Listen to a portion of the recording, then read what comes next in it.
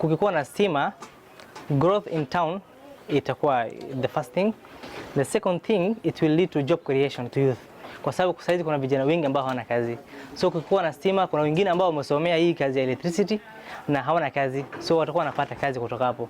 This is extremely critical to show that the national government cares about everybody in the country, whether you are in the up country, whether you are in the low country, the areas that are developed, and also the areas that are still developing. And these long lines are able now to interconnect, and it becomes easier when we now come to do the last mile and maximization. So the project itself is trying to open up those areas, the far areas from the grid.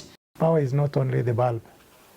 We are looking forward to a situation whereby they are also able to do other economic activities that will generate some income for them. We're also looking at a situation whereby power will help startups for some small industries, some small economic activities, and eventually being able to empower people through economic activities.